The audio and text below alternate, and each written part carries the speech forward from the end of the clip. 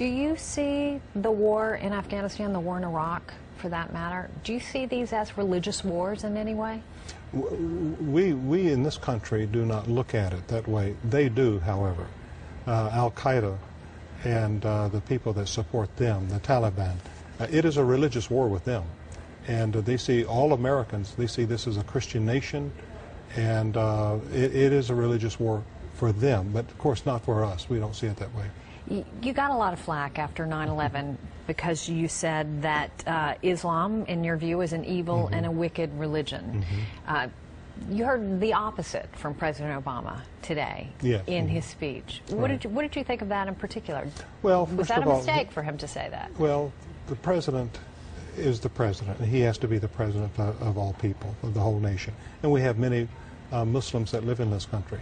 But true Islam cannot be practiced in this country. You can't beat your wife.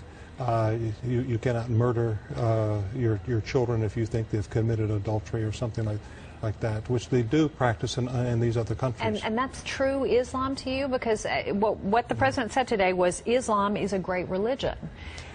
You have to look, first of all, I agreed with the president on what he had to say as far as our nation at war. But as it relates to Islam, if you want to study Islam, look at Saudi Arabia.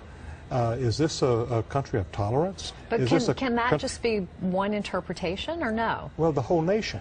It's not an interpretation, but if you want to look at Afghanistan, you want to look at Iraq, what they're doing to each other is just brutal. But listen, Islam, I love the people of Islam, and I work in Muslim countries all over the world. But when you see countries where they live under Sharia law, Islamic law, where that is the law of the land, Campbell, trust me, girl, you don't want to live there. But is that all Islam means to you? Because there's certainly many people who define themselves as Muslim who don't practice in those extremes. That's right, Campbell, and they would like to get out of Islam, but they cannot because... No, I don't think that's true. Do you think that they all want to be... No, I said many of them would like to get out of it, but you cannot change from Islam. If you're a Muslim and you change your religion, you can be killed. Your family can kill you. They can warn you, but if you don't come back, they can take your life. And that is the threat that many of these people live under Islam. I've been working in Muslim countries for 50 years, Campbell. And what they do to, where I work in the southern Sudan, where they tried to annihilate the Christians in the south, just murdered 2 million of them.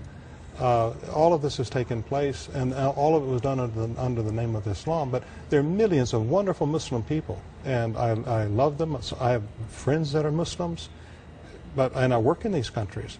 But I don't agree with the teachings of Islam, and I find it to be a very violent religion.